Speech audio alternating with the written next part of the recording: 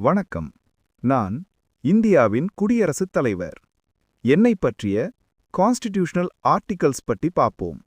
Article 52ல தொடங்குகிறது. இந்தியாவில் ஒரு பிரசிடென்ட் இருக்கணும் என்று.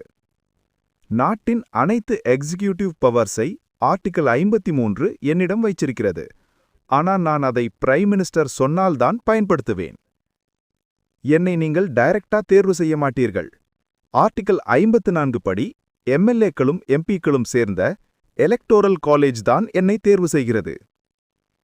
என் தேர்தல் முறையா? அது article 55 proportional representation single transferable vote. என் பதவிக்காலம் ஆர்டிகிள் 56 5 ஆண்டுகள். ஆர்டிகிள் 57 என்னை மீண்டும் போட்டியிட அனுமதிக்கிறது. ஆர்டிகிள் 58 பிரசிடென்ட் ஆகணும்னா 35 வயதான இந்திய குடிமகனாக இருக்கணும், லோக்சபா குவாலிஃபிகேஷன் இருக்கணும் என்று சொல்கிறது. ஆர்டிகிள் 59 நான் எந்த லாபப்பட்ட பதவியும் ஏற்கக்கூடாது. நான் பதவி ஏற்கும்போது ஆர்டிகிள் 60 படி சீஃப் ஜஸ்டிஸ் முன்னிலையில் நான் ஓத் எடுப்பேன். என்னை கலைக்கணும்னா ஆர்டிகிள் 61 இம்பீச்மெண்ட். கான்ஸ்டிடியூஷனை மீறினா மட்டும். அது மிகவும் கடினமான ப்ராசஸ்.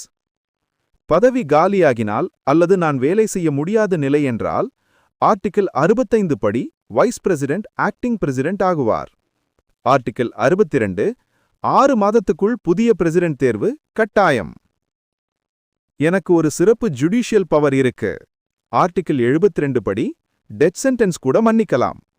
ஆனா நான் தனியா எதுவும் முடிவு செய்ய மாட்டேன். ஆர்டிகிள் 74 பிரைம் மினிஸ்டர் அண்ட் மினிஸ்டர்ஸால் கொடுக்கப்படும் அட்வைஸை நான் கட்டாயமாக பின்பற்றுவேன். ஆர்டிகிள் 75 படி பிரைம் மினிஸ்டரை நான் நியமிப்பேன்.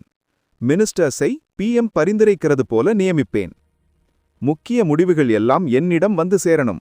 அதுதான் ஆர்டிகிள் 78. பார்லிமெண்ட் என்னோட அதிகாரத்துல தான் நடக்கும்.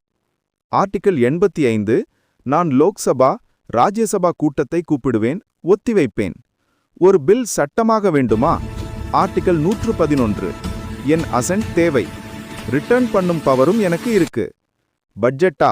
ஆர்டிகிள் 112 யூனியன் பட்ஜெட் என் பெயரில்தான் பார்லிமெண்ட்டுக்கு வைக்கப்படும்.